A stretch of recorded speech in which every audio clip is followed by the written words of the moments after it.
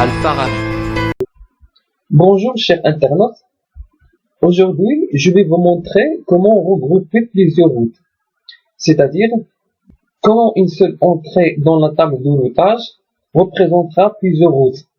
Bien sûr on gagnera beaucoup de choses, par exemple la taille de la table de routage sera trop réduite. On va voir aussi comment on va demander au protocole RIP version 2 d'intégrer ces adresses statiques dans son processus. Il partage ses routes statiques avec les autres routeurs, c'est-à-dire les autres sources de routage. Donc, je propose de travailler sur la topologie suivante. Comme vous voyez, on a 4 routeurs. Donc, on peut dire qu'il est composé de deux parties. La première, c'est celle-là. Je vais la dessiner. C'est les trois routeurs. Donc, pour ces 3 routeurs, on dit que le protocole RIP qui règne ici, il est exécuté sur ces 3 routeurs. Par contre, dans cette zone-là, donc il est configuré, ce routeur est configuré seulement d'une manière statique. C'est-à-dire, le processus RIP ne tourne pas sur ce routeur. La question, c'est que qu'est-ce qu'on doit faire pour qu'on assure l'échange d'informations entre ces 2 zones, ça veut dire entre ce réseau et le reste de la topologie. Donc, examinons d'abord les tables de routage de nos routeurs avant de commencer. Donc, pour celui-là, pour le routeur numéro 1, donc enable.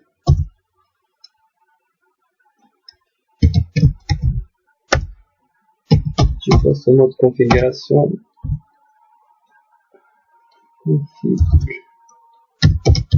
Terminal. Non, c'est pas la peine. Show. Hyperroute. Donc, qu'est-ce qu'on voit ici? Donc, on a des routes qui sont donc connectées par le protocole RIP. Donc, ce sont les sous-réseaux. Donc, c'est sous-réseau ici. 173. Il y a des adresses qui correspondent aux interfaces, les réseaux directement connectés.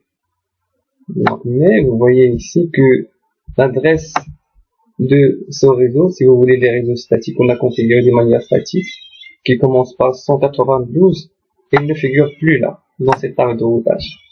Il n'y a plus 192. La même chose sur les autres routeurs. Donc, on va consulter la table de routage de celui-là. Donc, chez Hyperroute. Donc, la même chose. Il n'y a que toutes les routes connectées. Aucune route ne correspond. Donc, à l'une de ces 3 réseaux.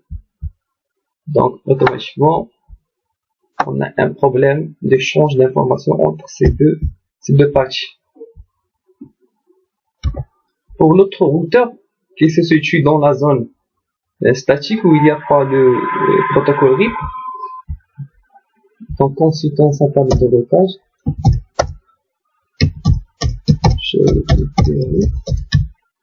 j'ai déjà configuré. Il y a des routes statiques, il y a une route statique, c'est celle-là, il y a d'autres routes statiques. Donc pourquoi ces 2 routes, ils vont permettre à ce routeur d'acheminer les messages vers l'autre partie. Donc il est bien configuré celui-là. Mais la question qu'on doit traiter, est-ce que ces 3 routeurs, est-ce qu'ils sont capables d'acheminer les messages vers l'autre partie, dans cette partie où il n'y a pas le protocole RIP, il ne s'exécute plus. Donc, comment on va procéder? Donc, le routeur numéro 4 R4 se situe sur l'intersection des 2 zones. Donc, la solution, c'est que on doit alimenter la table de routage de ce routeur, le routeur numéro 4, on va alimenter par ces 3 entrées, et après, on va lui demander d'informer ses voisins. Donc, on va se concentrer sur ce routeur-là. Donc, tout le travail sera effectué sur le routeur numéro 4. Donc, commençons par l'ajout de ces trois réseaux. Il y a 10 cas, on peut rencontrer des dizaines de réseaux. On procède de la même façon, bien sûr. On va jouer sur l'agrégation du préfixe. Comme ça, on aura un super réseau qui résume les trois réseaux avec un masque plus petit que celui correspond à la classe. Je rappelle ici qu'il y a trois étapes pour trouver le résumé de route. On commence bien sûr par la conversion des adresses en binaire. Donc, deuxièmement, compter le nombre de bits identiques les plus à gauche, bien sûr. Comme ça, on va déterminer la taille du masque, du préfixe.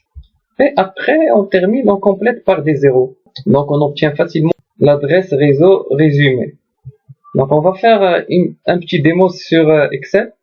Donc, pour rechercher l'adresse réseau résumé, j'ai préparé cette feuille Excel. Donc, on va voir comment on va comment on va déterminer l'adresse réseau résumé de ces réseaux. Le premier réseau, on lui donne l'adresse 192 168 65 0. Excel, avec Excel, c'est un peu rapide.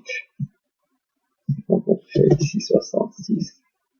On va pas perdre beaucoup de temps. Donc qu'est-ce qu'on a ici? Qu'est-ce que vous voyez? Il y a plusieurs réseaux. Donc notre objectif, bien sûr, c'est déterminer l'adresse réseau résumé. Donc la première étape, qu'est-ce qu'on a dit? On doit convertir ces adresses en binaire. Donc sur Excel, on a la fonction suivante, binaire décimal, donc ou plutôt décimal binaire. On va convertir sinon il est en décimal.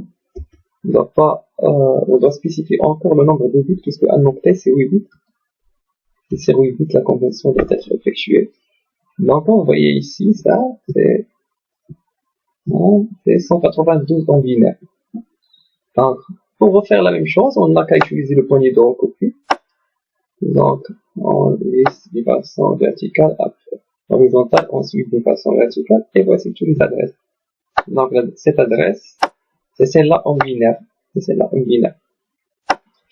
Donc notre objectif, donc on commence de la gauche, la deuxième étape, c'est on commence de la gauche et on compare les bits. Par exemple, le premier octet, c'est le même d'ailleurs, c'est 192. Donc, mais qu'est-ce qu'on a? Ça, c'est le masque, si vous voulez. Le 3, 4, 5, 6, 7 et 8. La même chose, le deuxième octet, c'est le même, 1, 0, puisque tous ces octets correspondent, c'est le codage de 168. Donc, 1, 2, 3, 4, 5, 6, 7 et 8. Donc, le troisième octet, donc on va faire attention ici, il y a des 0, donc c'est le même bit, il y a des 1, il y a des 0 aussi, le quatrième bit c'est 0, donc regardez ici, le cinquième on a des 1, et ici on a des 0. Donc on compte pas ce bit, on a juste 4. Donc 4, 1. Donc 4 bits, 1, 1, 1, 1, 4, 1, on complète par des 0. Il me reste 4 0, et le reste aussi par des 0. Donc ça c'est le masque, si vous voulez, c'est sur 20, 8 plus 8 c'est 16, plus 4 c'est 20.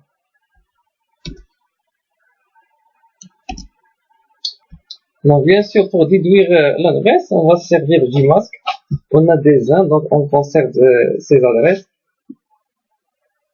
Donc on conserve ces valeurs, c'est 2, 6, 0, 2, 3, 4, 5, 6. Ici, c'est la même chose, 10, 10, 1000, 10 et 1000, mais pas ici. Donc, qu'est-ce qu'on a? On conserve juste les 4 premiers, c'est 0, 100, 0, 100. Et le reste, on complète par, bien sûr, on complète par 2 0, c'est le et logique. Quoi que ce soit la valeur, même si on a des 1 ici, donc avec le et logique, on n'obtient que des 0. Donc, on complète avec les 4 0. Et les 0 ici.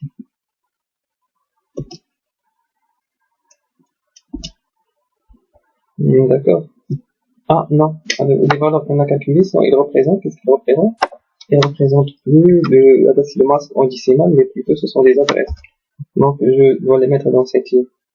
Donc ça c'est le super réseau en binaire. Donc pour la traduction de les convertir en décimal, on n'a qu'à utiliser. Donc vous pouvez le faire manuellement, mais Excel il vous facilite la vie, notamment si vous avez beaucoup de calculs. Donc on va se servir d'Excel, donc binaire plus décimal, binaire et décimal.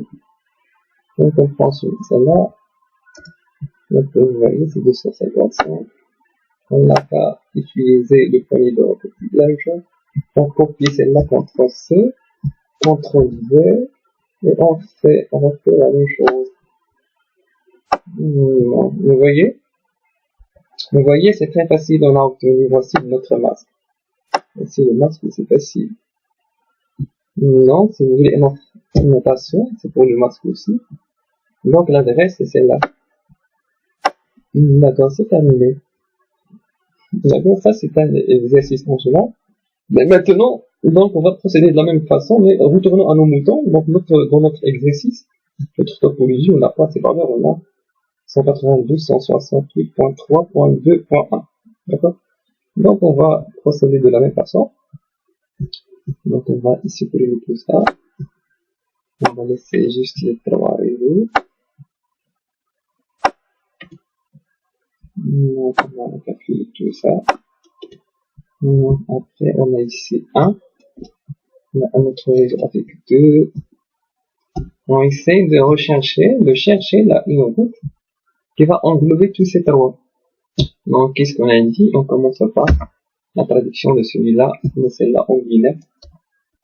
Donc décimal. Alors, qu'est-ce que j'ai fait?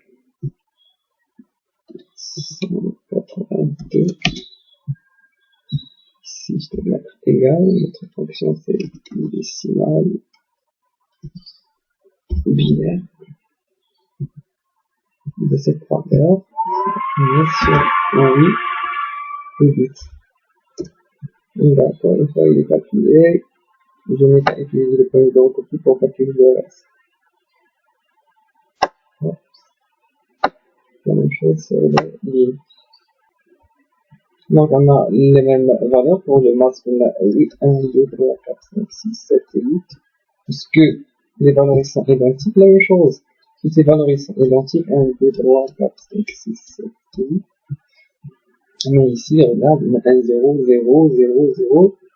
Jusqu'à ici, il y a le 1. Donc 6 valeurs. Donc on a 6. Donc 1, 2, 3, 4, 5, 6. Et on va compléter par 2 et 0. Ici, il y a 2 0. Si vous voulez, le masque sur quoi? C'est sur. On a 6 valeurs. 8 plus 8, c'est 16. Plus 6, c'est 22. Notre masque, c'est sur 22. Donc, pour l'adresse IP, pour l'adresse, donc il n'y a que des 1, donc on conserve notre adresse en 1, 2, 3, 4, 5, 6. Non. Je copie la 6, 1, 2, 3, 4, 5, 6. La même chose, 10, 10, 10, 10. Mais le troisième, qu'est-ce qu'on a dit? La zone où il y a des 1, on conserve. On conserve les anciennes valeurs. D'accord? Donc, on a 6 bits. Donc, on conserve. Par coïncidence, il n'y a que des 0. 1, 2, 3, 4, 5, 6. Et je complète aveuglément par des 0. Il me reste juste 2 bits. Il y a 2 et 0. Donc, ici, par coïncidence, il n'y a que des 0. Et je complète par des 0. D'accord? Non. On va déterminer le masque. Qu'est-ce qu'on a dit? Binaire, décimal, binaire, décimal, de cette valeur. Vous pouvez la calculer manuellement, c'est ça. Donc la même chose, CTRL-C, CTRL-V. Donc, et on déduit le premier de recopie et tout le reste. D'accord. Vous voyez le résultat qu'on a obtenu. Donc sur 22, notre masque c'est celui-là. 255, 255, 2, 252, cette fois-ci, notre adresse, l'adresse du super réseau, c'est 198, 268, 00. C'est l'adresse réseau résumée. Donc, on va utiliser ces deux valeurs. C'est l'adresse et le masque. Ces deux informations. Donc aussi à ce routeur,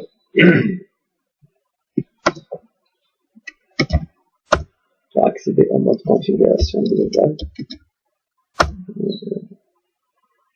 on va ajouter la route.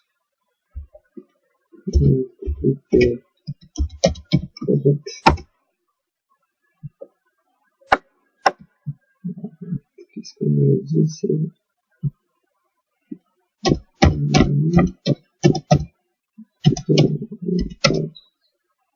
là, c'est 255,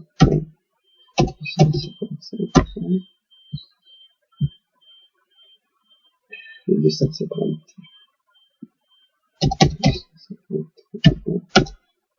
250, mais il y a qui 35. C'est l'adresse de cette interface. C'est pas de cette interface. C'est 201, 201, 202, 250,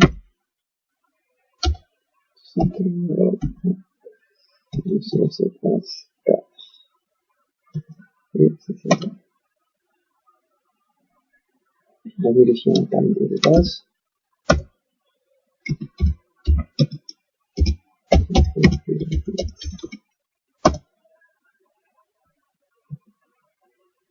Statique, nous la voilà, c'est ça, sur 22. Donc, cette route figure sur la table de dopage de sauvegarde. RIP, il tourne sur les trois routes. On va voir est-ce que RIP a partagé cette information entre ces deux routeurs. Ces routeurs chez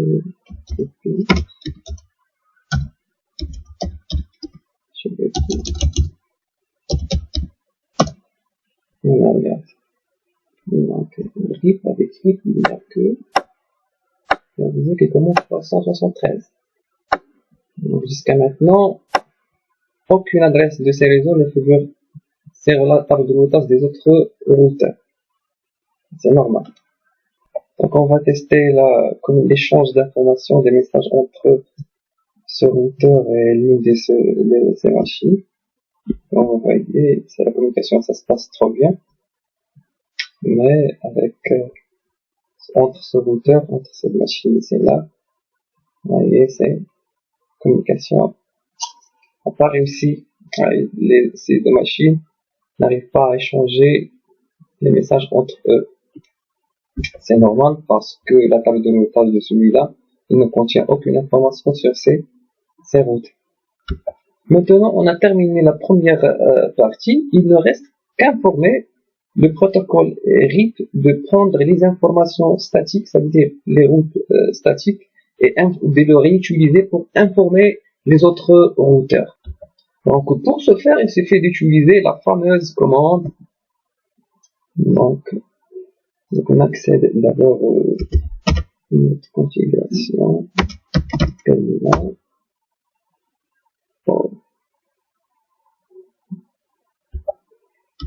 Config terminal. Après, sous routeur RIP, on utilise la commande redistribute statique. Donc, cette commande, qu'est-ce qu'il va faire? Il va indiquer quel est le rôle de cette commande. Il va indiquer à ce routeur-là le protocole RIP de prendre le route statique et de l'intégrer dans le processus RIP. Comme ça, il va informer tous les autres routeurs de ces routes statiques inscrites dans sa table de routage. Donc, CTRL J, on enregistre. Je sors. Donc maintenant, on va consulter la table de routage des autres routeurs. On va voir leur contenu. Est-ce qu'ils ont intégré maintenant ces nouvelles informations? Est-ce qu'ils ont des informations sur ces trois routeurs? Ça veut dire, est-ce que le routeur numéro 4 a partagé ces informations statiques avec les autres routeurs? Celui-là, je vais faire.